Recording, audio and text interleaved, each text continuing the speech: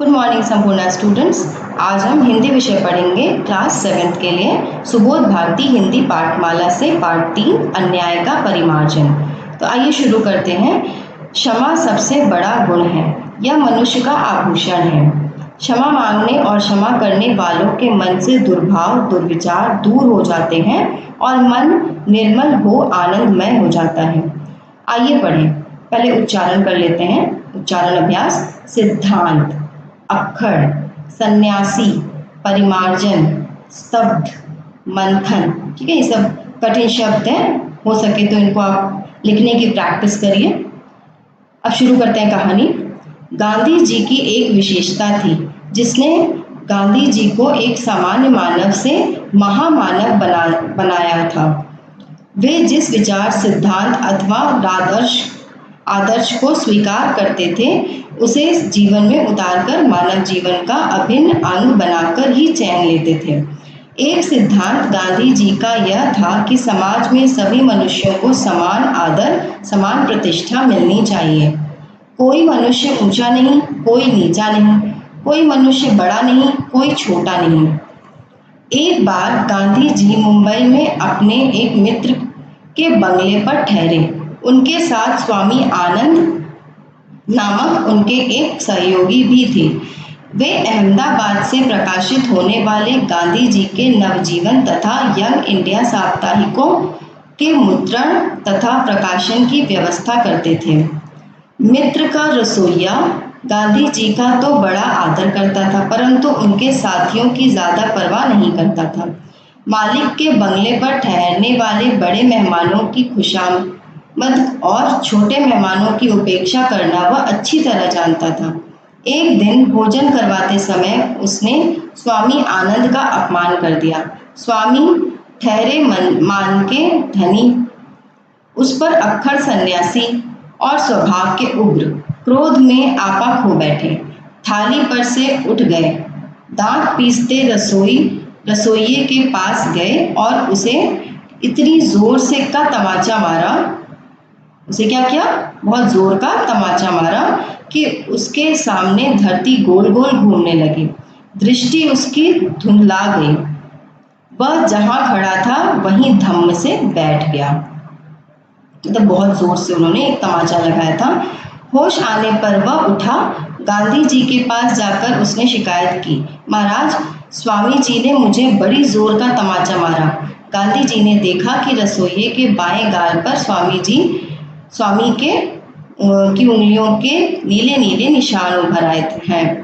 गांधी जी वेदना से विकल हो उठे। यह क्या कर डाला स्वामी ने?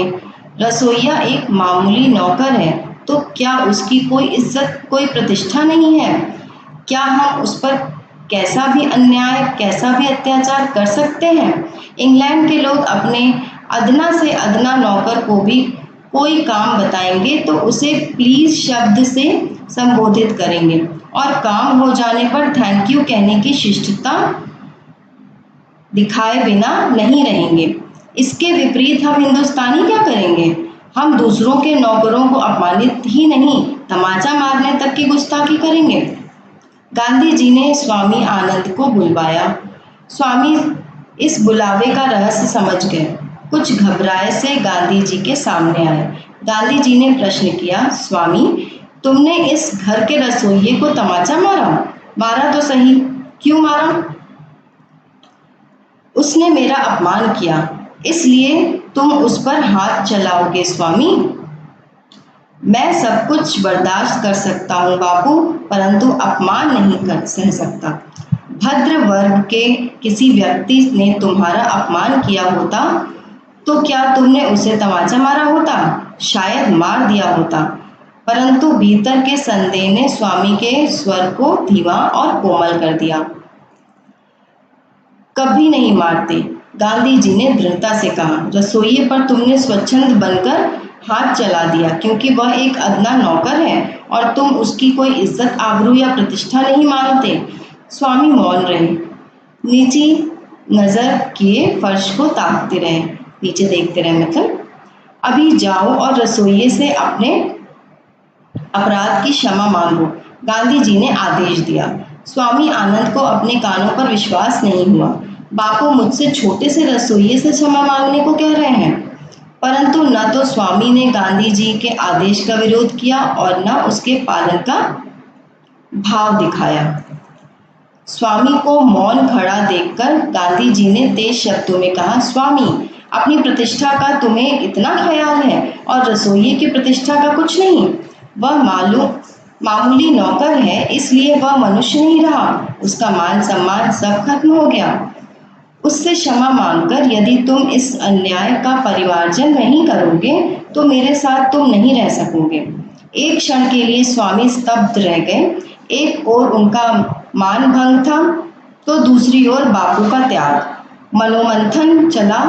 मन में मंथन सोचने लग गए, मतलब क्या करें, रसोइये से माफी मांग लें, लेकिन माफी मांगने के बाद क्या उनकी स्थिति रसोइये के सामने सिर ऊंचा रखकर चलने की रह जाएगी। दूसरी ओर माफी न मांगने का अनिवार्य परिणाम होगा बापू का सदा के लिए त्याग। स्वामी ने हानि लाभ की नाप जोख निकाली और रसोइये से माफी मांगने का निर्णय किया। स्वामी हल्के मन से रसोइये के पास गए और उसे आलिंगन में बांधकर बोले, मुझे माफ कर दे भाई, क्रोध में आपा होकर मैंने तुझे जोर का तमाचा मार दिया। रसोइये के भीतर का क्रोध उसके भीतर रहा। अन्याय और अपमान का भाव एकाएक गल गया। वह गदगद स्वर में बोला, नहीं नहीं स्वामी जी, माफी मांगकर मुझे पाप में न डालें। मैंने मर्यादा छोड़कर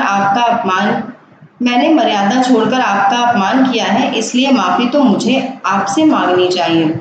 रसोइया स्वामी जी के पैरों में गिर गया और दोनों के मन फूल की तरह खिल उठे, मतलब दोनों खुश हो गए। इस कहानी को लिखा है सोमेश्वर पुरोहित जी ने। इसके शब्दार्थ आप अपनी कॉपी में करेंगे, ठीक है। और ये आपका पार्ट 3 का अन्याय का परिमार्जन है। इसका आपको मौखिक और लिखित प्रश्न उत्तर कंप्लीट करना है अपनी कॉपी के अंदर, ठीक है। ये सारा कुछ आप अपनी कॉपी में लिखेंगे, ठीक है। और ये भाषा की बात आपको अपनी बुक में करना है, इसको कॉपी में करने की ज़रूरत नहीं है। इसको आपको अपनी बुक में कंप्लीट करना है और लर्न करना है सब कुछ। जल्द से जल्द सारी चीज़ों को लर्न करके रेडी रखना है, ठीक है। ये आपके सारे प्रश्न उत्तर हो गए और नीचे आपके एक्सरसाइजेस हो गए, ठीक है। इसको आप कंप्लीट कर लीजिए जल्दी से। पार्ट 3 आपका समाप्त हो गया। Thanks for listening, that's all for today.